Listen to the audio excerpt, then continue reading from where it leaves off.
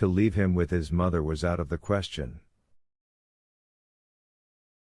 The divorced mother would have her own illegitimate family, in which his position as a stepson and his education would not be good.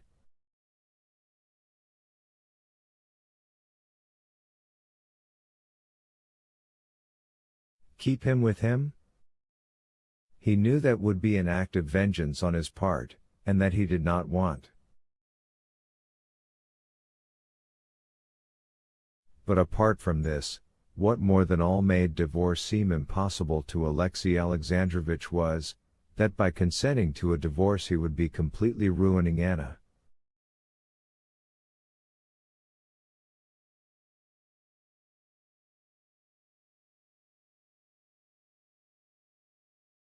The saying of Darya Alexandrovna at Moscow, that in deciding on a divorce he was thinking of himself, and not considering that by this he would be ruining her irrevocably, had sunk into his heart.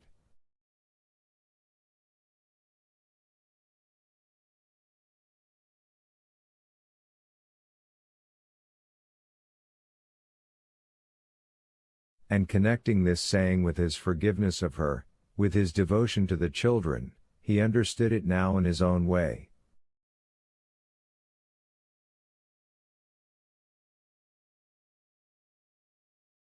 To consent to a divorce, to give her her freedom, meant in his thoughts to take from himself the last tie that bound him to life, the children whom he loved, and to take from her the last prop that stayed her on the path of right, to thrust her down to her ruin.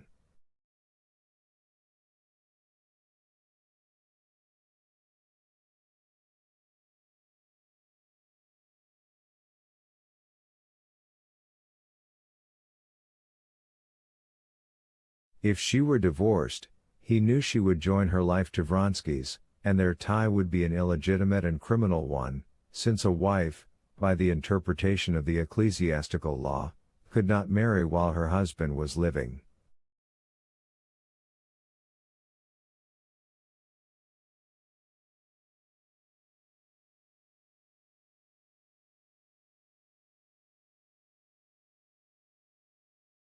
She will join him, and in a year or two he will throw her over, or she will form a new tie, thought Alexei Alexandrovich. And I, by agreeing to an unlawful divorce, shall be to blame for her ruin.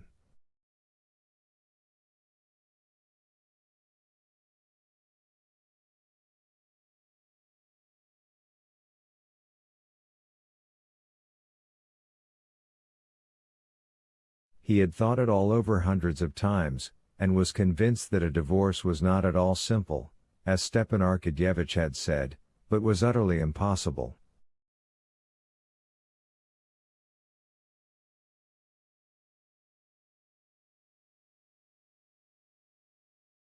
He did not believe a single word Stepan Arkadyevitch said to him. To every word he had 1,000 objections to make, but he listened to him, feeling that his words were the expression of that mighty brutal force which controlled his life and to which he would have to submit.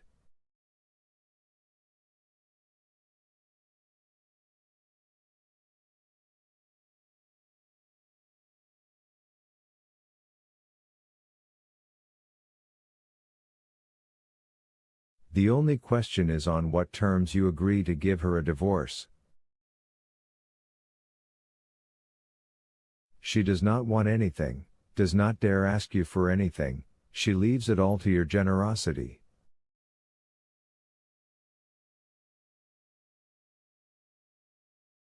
My God, my God! What for? Thought Alexei Alexandrovich, remembering the details of divorce proceedings in which the husband took the blame on himself, and with just the same gesture with which Vronsky had done the same, he hid his face for shame in his hands.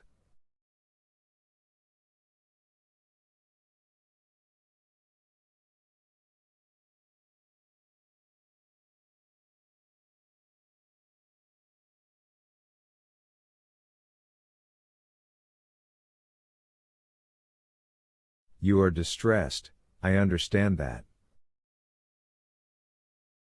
But if you think it over?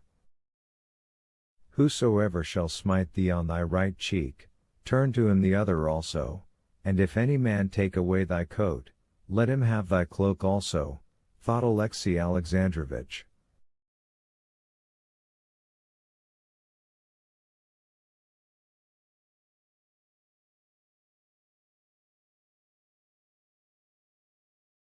Yes, yes, he cried in a shrill voice. I will take the disgrace on myself, I will give up even my son. But wouldn't it be better to let it alone?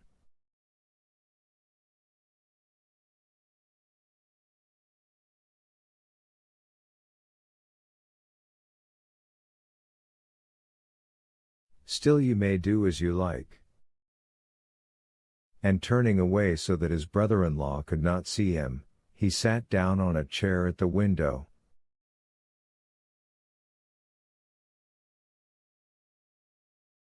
There was bitterness, there was shame in his heart, but with bitterness and shame he felt joy and emotion at the height of his own meekness.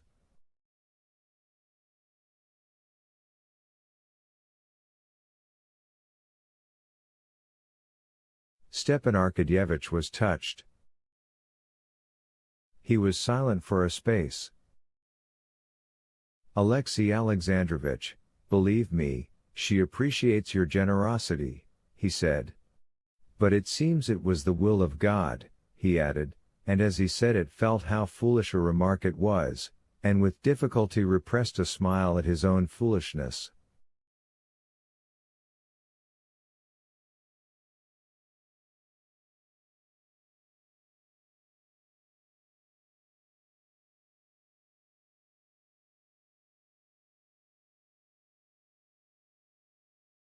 Alexey Alexandrovitch would have made some reply, but tears stopped him.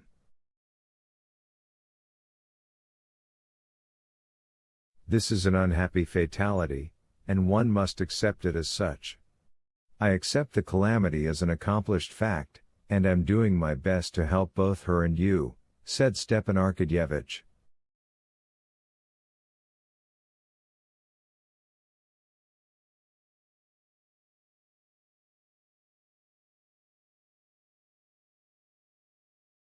When he went out of his brother-in-law's room he was touched, but that did not prevent him from being glad he had successfully brought the matter to a conclusion, for he felt certain Alexey Alexandrovitch would not go back on his words.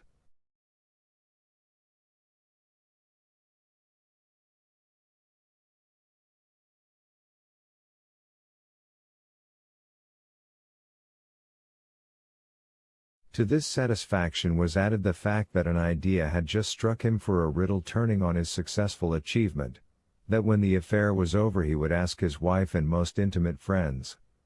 He put this riddle into 2 or 3 different ways.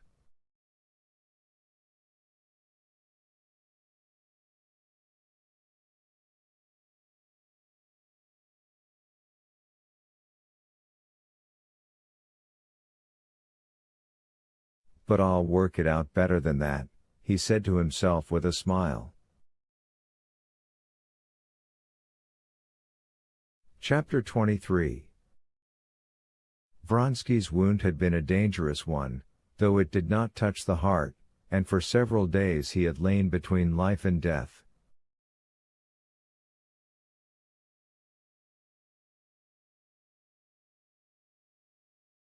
The first time he was able to speak, Varya, his brother's wife, was alone in the room.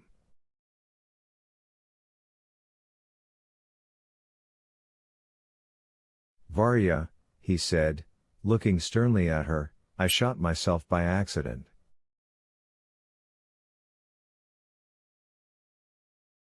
And please never speak of it, and tell everyone so. Or else it's too ridiculous. Without answering his words, Varya bent over him, and with a delighted smile gazed into his face.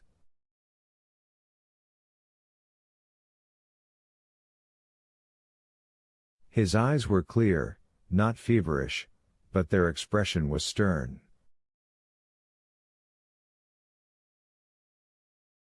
Thank God, she said. You're not in pain? A little here. He pointed to his breast. Then let me change your bandages. In silence, stiffening his broad jaws, he looked at her while she bandaged him up.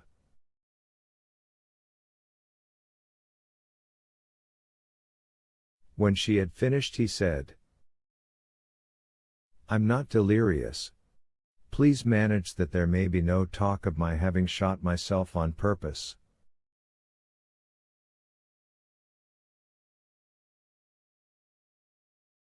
No one does say so. Only I hope you won't shoot yourself by accident any more, she said, with a questioning smile.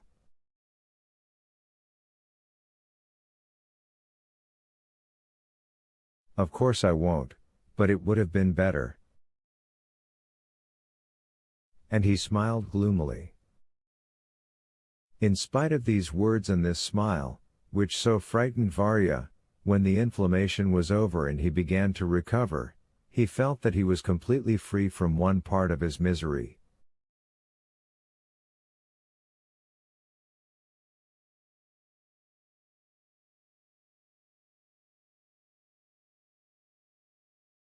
By his action he had, as it were, washed away the shame and humiliation he had felt before.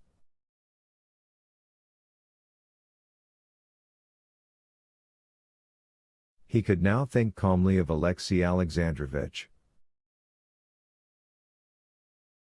He recognized all his magnanimity, but he did not now feel himself humiliated by it.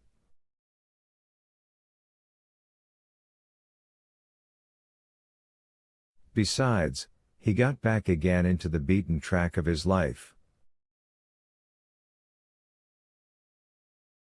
He saw the possibility of looking men in the face again without shame, and he could live in accordance with his own habits.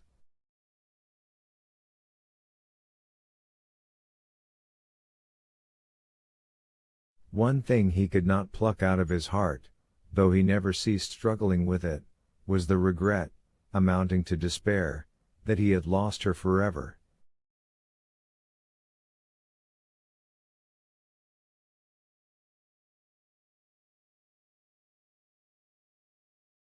That now, having expiated his sin against the husband, he was bound to renounce her, and never in future to stand between her with her repentance and her husband, he had firmly decided in his heart, but he could not tear out of his heart his regret at the loss of her love.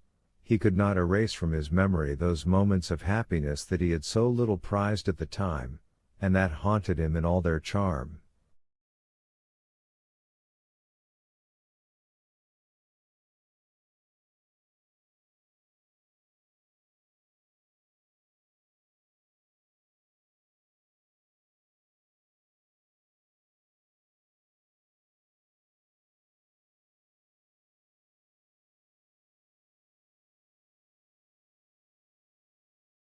Serpuhovskoy had planned his appointment at Tashkent, and Vronsky agreed to the proposition without the slightest hesitation.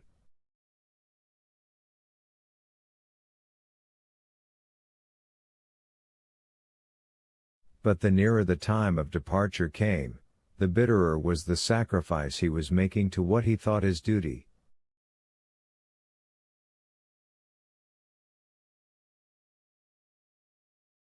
His wound had healed, and he was driving about making preparations for his departure for Tashkent.